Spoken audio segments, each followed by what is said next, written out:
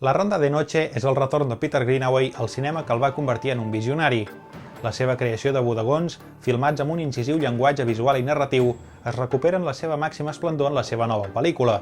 Els del Cinematògraf hem parlat amb el director britànic.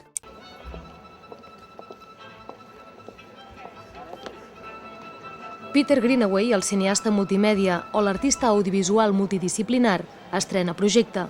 No diem estrena pel·lícula, sinó estrena projecte, perquè sobre un mateix tema ha realitzat un llargmetratge de ficció, un llargmetratge documental, diverses exposicions i la publicació d'un llibre.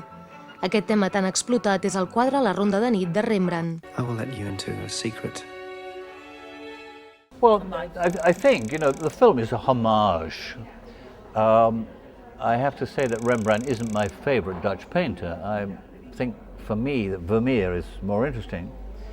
Rembrandt is always shouting, he's always very loud, and I much prefer the quieter voice of Vermeer. But having said that, there's a way in which we still, I think, need to respect this extraordinary painter. But I would argue, one of the most important painters, if not the most important painter, in the Western world since the Renaissance.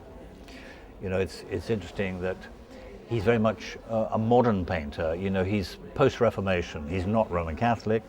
He's not heroic. He's not like Michelangelo. He's not like Raphael. He's not like Da Vinci. And he belongs to a different political and economic sphere, of course very much influenced by money. And in the film there's always this reference to money all the time. Maybe as much through his wife as through himself. But she was determined to set up a good family business so that their children would be well protected. Greenaway va estudiar arts plàstiques. Sempre ha estat influenciat per la pintura barroca i sobretot per Rembrandt. Per al cineasta britànic, Rembrandt és l'artista més important de la cultura occidental actual i és per això que ha dedicat diversos anys de la seva vida a estudiar-lo i a investigar el seu quadre més famós, La Ronda de nit, una obra que amaga molts misteris. Segons la pel·lícula i el documental, La Ronda de nit és el resultat d'un gran complot realitzat entre membres de l'exèrcit i homes poderosos a l'hora d'encarregar un retrat de grup a Rembrandt. El pintor no es va conformar en fer un retrat corporatiu més, sinó que va voler reflectir aquestes intrigues al quadre. Well, if I could begin my answer by saying there's no such thing as history, there's only historians. I think everybody who recreates history has a vested interest. But having said that, and I think you know something about Rembrandt, there's a huge amount of scholarship. I think in the Rijksmuseum in the center of Amsterdam in Holland, which is a museum that possesses the Night Watch, there is a very huge bookshop which must have in excess of, 4,000 books on Rembrandt. I can't suggest that I've read them all, but I probably have my own personal library of maybe over 100 books about Rembrandt, and I've read a great deal, so we've done a lot of homework. But remember, I went to art school in the early 1960s, and I'd been looking at Rembrandt for nearly 35 years. I spent my life looking at painting. I was saying that all the facts that have come up in the film Night Watching do have an origin which has some academic substance. And I think, again, you examine the painting, you can see there's a young man without an identity firing a gun. What's all that about? There's this strange little girl who almost some people have thought is a Spanish dwarf and not a little girl at all. She has a companion whose face you can't see. Why is the face hidden?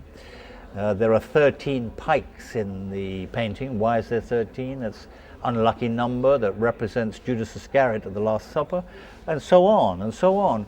And art historians have counted up. There are about 50 mysteries in that painting which don't offer a very, I suppose, plausible and logical explanation. So I have examined the painting and tried to find a holistic theory to put all these things together. And as you know, probably if you studied Rembrandt, the biggest mystery is that he starts off as a very rich man. Constantly we say he's very fashionable, almost like Mick Jagger, and almost like Bill Gates, he's very, very wealthy. He charged, I think, 350 guilders per painting, and he did 2 a week. And 350 guilders for one painting is about the equivalent of one tradesman's income for the whole of a year in Amsterdam. So you can see how rich he was. But the strange thing is, though he had all this money at the beginning of his life, in 1642, which is the year of the Night Watch, he suddenly begins to lose it all. Why?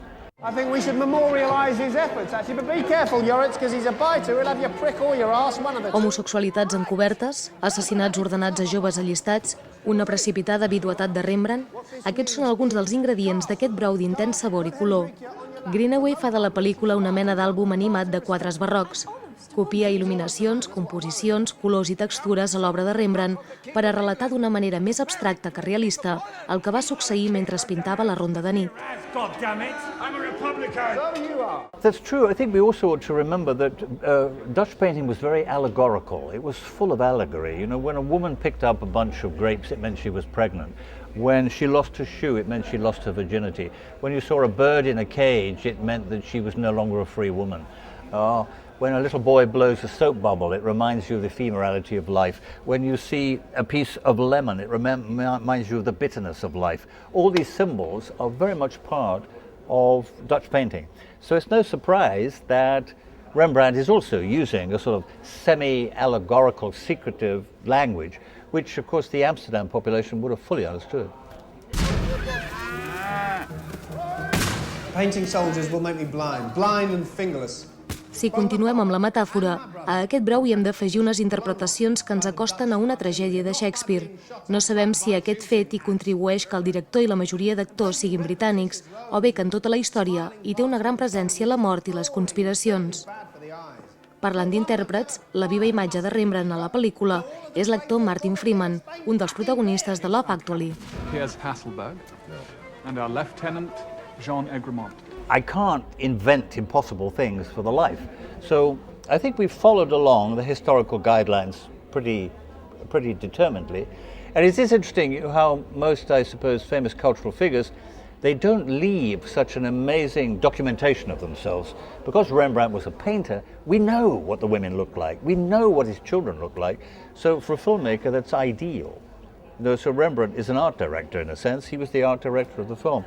And I think I didn't want to create travesties and huge fictions. So provided we followed along the evidence that Rembrandt provided, I think there was quite a determined course in which way to go. One of the interesting problems, of course, was finding an actor to play Rembrandt.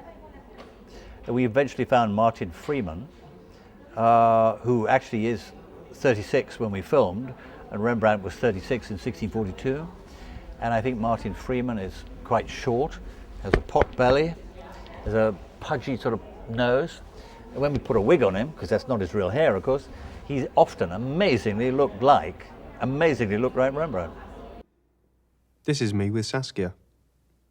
Potser ens sembla una època llunyana, una gent estranya amb vestits engalanats i complots complexes, però el barroc artístic podríem comparar-lo amb el cinema actual. Més que explicar-vos les nostres teories, us deixem les declaracions del mestre Greenaway, que en aquest punt va estar d'acord amb nosaltres. A business proposition, keep it in the family, so to speak. A dynastic marriage.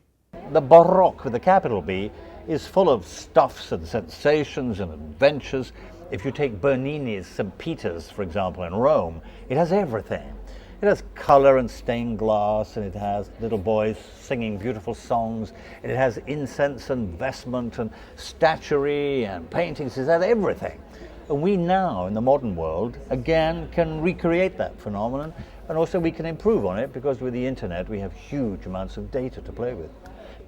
So I think there is a very valid comparison between notions of the original Baroque and notions of contemporary Baroque. Come back, they're singing your song! Si aquest cap de setmana us agradaria anar a una exposició o voleu llegir una història de conspiracions històriques i, de pas, teniu pensat anar al cine, podeu fer un 3 en 1 anant a veure aquesta multireferencial Ronda de Noche de Peter Greenaway. No us la perdeu.